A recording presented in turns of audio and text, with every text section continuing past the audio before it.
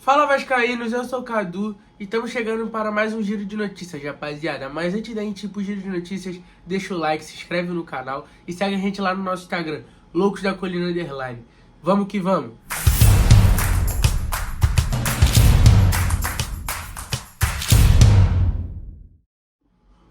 Como eu tinha falado no vídeo de ontem, rapaziada, o Vasco tinha feito a proposta pelo Brian Rodrigues e essa proposta foi negada pelo América do México. E como eu havia falado no vídeo de ontem, se o América não aceitasse essa proposta, o Vasco ia sair fora da negociação. E foi o que aconteceu. O Vasco saiu fora da negociação e Brian Rodrigues não vai ser jogador do Vasco da Gama. Ah, mas por que o América do México não aceitou a negociação, rapaziada?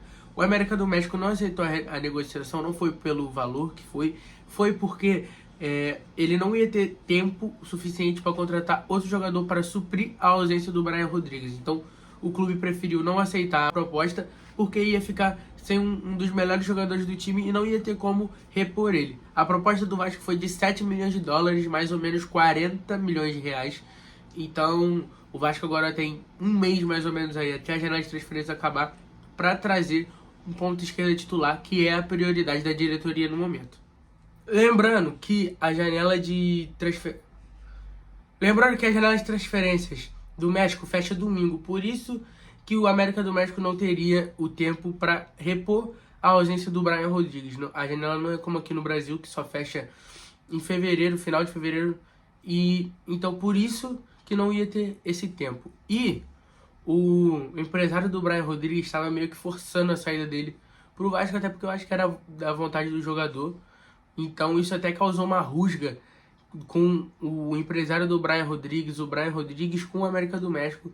Então ainda teve um pouco dessa rusga aí na relação do jogador com o clube. E rapaziada, eu vou deixar aqui na tela pra vocês a foto que a nossa joia da base, Lucas Zucarello, postou no Instagram dele. Uma foto junto com o Tietê, de quando ele era pequeno, e uma foto agora dele com o Tietê enquanto ele joga no Vasco. Isso é muito legal de se ver, né, rapaziada? A gente vê que a geração... Os jogadores vão de geração em geração e agora o Zucarello jogando junto com o Tietê, em campo com o Tietê. Isso é muito legal, muito maneiro mesmo. E a gente vê que o grupo tá resenha, o grupo tá unido. O Tietê já chegou no grupo, já tá à vontade. A gente vê agora o PH brincando com ele todo final de jogo agora fazendo gelado assim. Todo final de jogo o Tietê tá bem familiarizado com o grupo. E a bola da vez no Vascão agora, rapaziada, é Juan Esforza. O Esforza está sendo sondado pelo Santos, por clubes da Arábia Saudita, da Itália.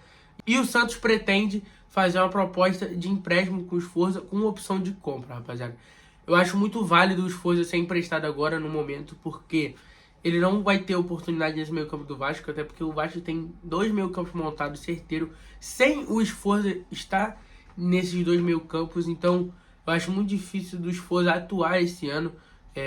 Ele é aquele jogador que cadencia mais, então eu acho que vai ser uma boa escolha o Esforza ser emprestado para ele ganhar uma minutagem, poder chamar a atenção de outros clubes para ser vendido no futuro próximo. Rapaziada, falando mais sobre a reforma de São Januário, eu vou ler um trecho aqui para vocês de tudo que está envolvendo essa reforma até agora, o impasse dela, tudo que está envolvendo, o que está travando a reforma de São Januário a começar.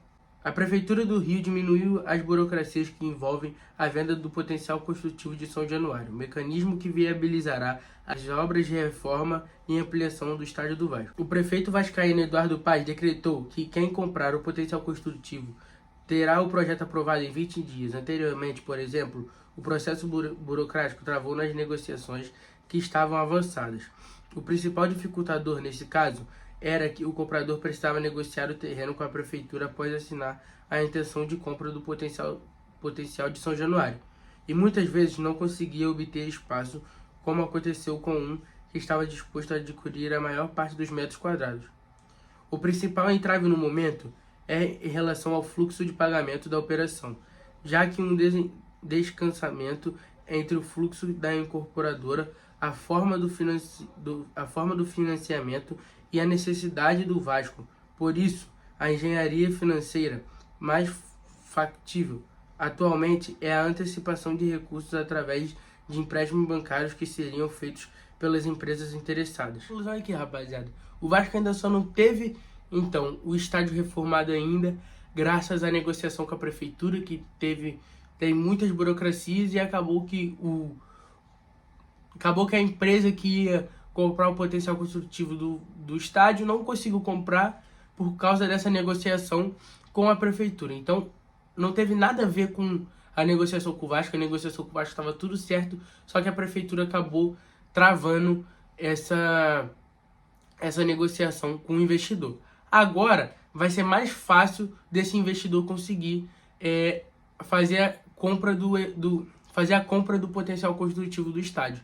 Então agora espero que dê tudo certo nessa caminhada aí, né, do estádio. Espero que nesse segundo semestre de 2025 a gente já comece a reforma de São Januário o mais rápido possível, para a gente ter o estádio reformado o mais rápido possível. E rapaziada, a Globo assinou o contrato de transmissão da Liga Forte União. Essa liga é composta por 11 clubes da Série A, que são Botafogo, Corinthians, Ceará, Cruzeiro, Fluminense, Fortaleza, Inter, Juventude, Mirassol, Sport e Vasco.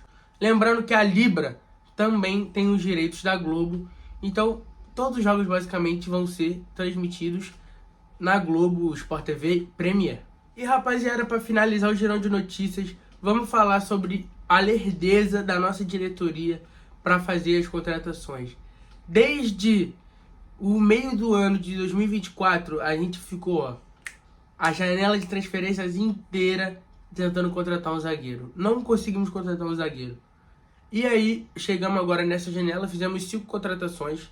Beleza, não julgamos essas contratações, foram contratações boas, oportunidades de mercado. O Vasco não gastou R$1 com essas contratações. E são contratações de jogadores bons.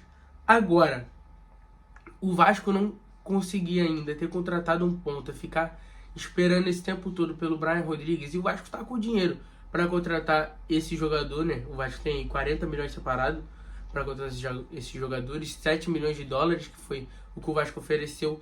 Então o Vasco tem dinheiro. O problema não é o dinheiro para contratar. O problema é que a demora mesmo. O scout fica demorando esse tempo todo. Então não dá para entender essa demora. O Vasco não pode vacilar no mercado, não pode bobear. Com esses 40 milhões dá para contratar um bom jogador até do Campeonato Brasileiro mesmo. Não dá para bobear nesse quesito de contratações, porque a gente precisa de pontas urgentemente pro elenco. A gente tá sem ponta no elenco. E rapaziada, chegamos ao fim do girão de notícias. Amanhã já tem jogo do Vasco de novo. Vasco Volta Redonda, 4h30. Tem transmissão na Vasco TV. E amanhã, como tem jogo do Vascão, tem pré-jogo pra vocês, rapaziada. Então, amanhã, pré-jogo. Amanhã, sabadão, tem pré-jogo pra vocês. Vascão, 4h30 contra o Volta Redonda, rapaziada. Então, espero vocês aqui amanhã. Obrigado por tudo, rapaziada. Segue a gente lá no Instagram, Loucos da Colina _. Deixa o like aí no vídeo, se inscreve no canal, rapaziada. É nóis. Casaca!